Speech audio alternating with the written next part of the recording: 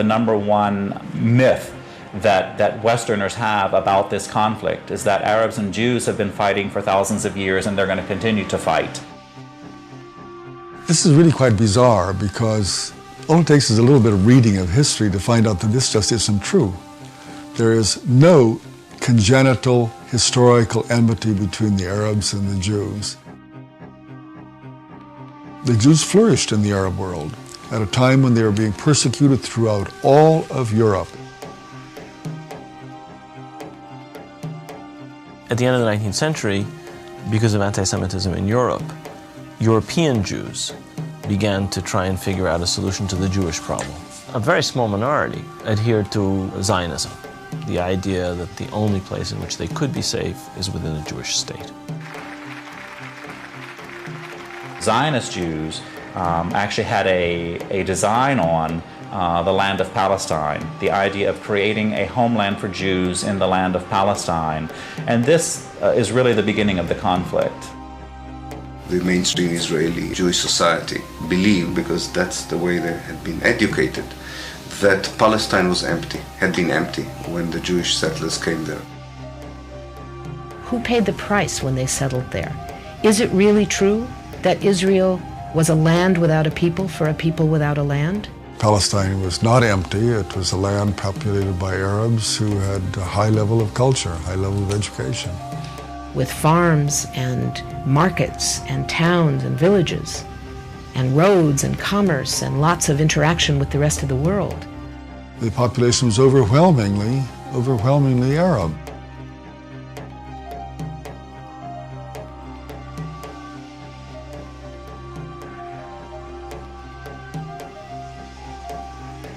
Jewish immigration increased under British rule following World War I, when Britain implemented the Balfour Declaration, promising a Jewish homeland in Palestine.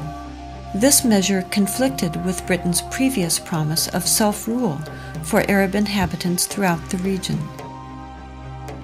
Britain was basically extremely supportive of the Zionist movement. It helped to establish all of the structures of a state. At the same time, the Arabs of Palestine were denied the right of self-determination.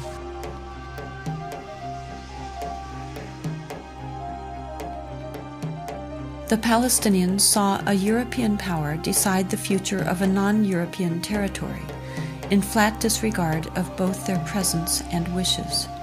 In the 1920s, as land was being stripped away from local residents, the first clashes between Palestinians and Jews began, and would continue on for years to come.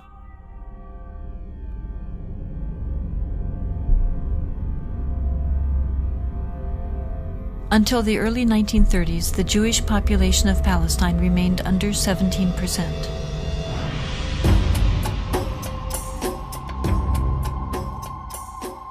Hitler's rise to power in Germany completely changed that. In just 5 years, 174,000 Jews flooded into Palestine, doubling their population.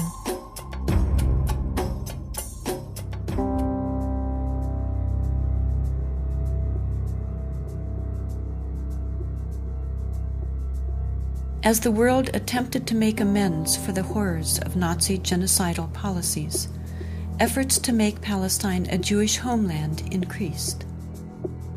The Palestinians, they were not the Nazis. They were not responsible for the Holocaust. But they were the ones who paid the price. In 1947, with the conflict spiraling out of control, Britain decided to turn the problem of Palestine over to the United Nations.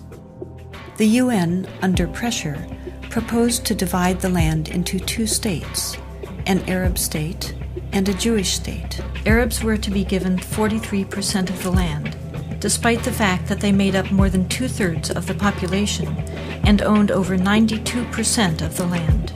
Jews were to be given 56%, although they comprised only 1/3 of the population and owned less than 8% of the total area. Nevertheless, they were given not only most of the land, they were given the most fertile land. Zionist leaders took advantage of their superior military preparation and immediately began occupying major Arab cities in Palestine.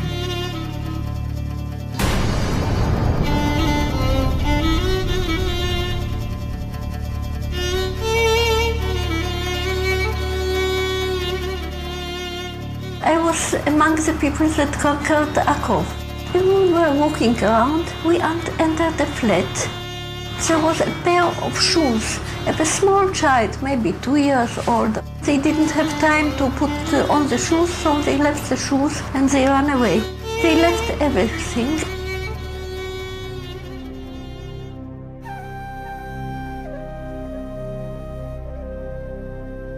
We found out that there was a systematic expulsion of Palestinians, and there was, as I said, there was an ethnic cleansing operation taking place.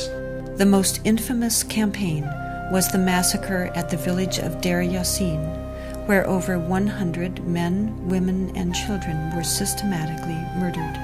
هذا البيت كان متخبين فيه أنا وولادي وأخويا موسى. ما كان لي أنا معيدنا أخوي موسى مشان نتونس بالله فيه. هذا البيت. أجي قال لي لما كنا بلا بيت كنا في مش كسان خبطنا الكنبلة وجينا ست صوبتنا وبنت الصواب تلمسحوا ولادي. وكان بعد ما راحت المراكة الحالة كانت كسروا الباب علينا وطلعونا.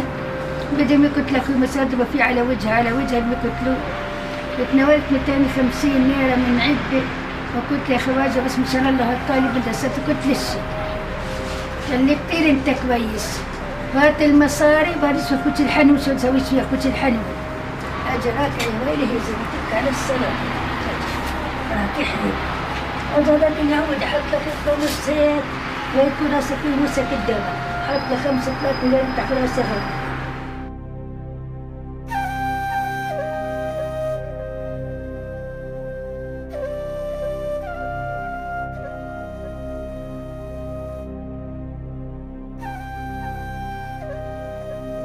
The ruthlessness of the attack on Deir Yassin drove fear and panic into the Palestinian population and led to the flight of unarmed civilians from their homes all over the country.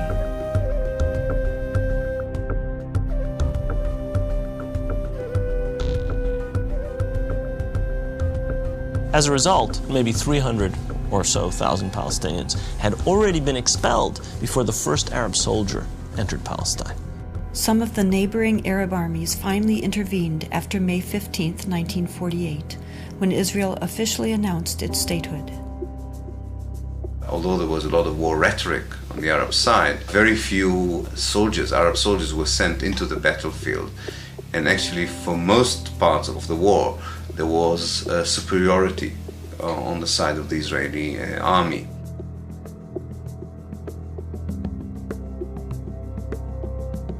The Israeli army cleansed much of the territory and took over a large part of the designated Palestinian state.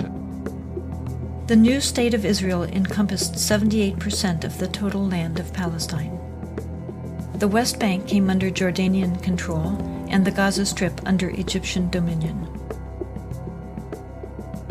Although a truce was declared between Israel and the Arab states, true peace remained elusive, as over 700,000 Palestinian refugees languished in nearby camps, often in sight of homes to which they still held the deeds and a deep desire to return. Most of the deserted and evicted Palestinian villages were erased from upon the earth and were either turned into Jewish settlements or into fertile land. Of the 500 Palestinian villages in what became Israel in 1948, 400 were destroyed. These efforts to destroy the possibility of their returning home were countered by the United Nations, which continues to affirm their human right enshrined in international law and morality to return. A Palestinian who had lost her land or lost his land as the result of the creation of Israel in 1948 cannot come back even for a visit. I can go back to Israel as if I were returning and claim immediate citizenship, having no historic tie, speaking no Hebrew, knowing no one in the country, having no family who ever was there. All that one needs is being Jewish, a religious group like any other.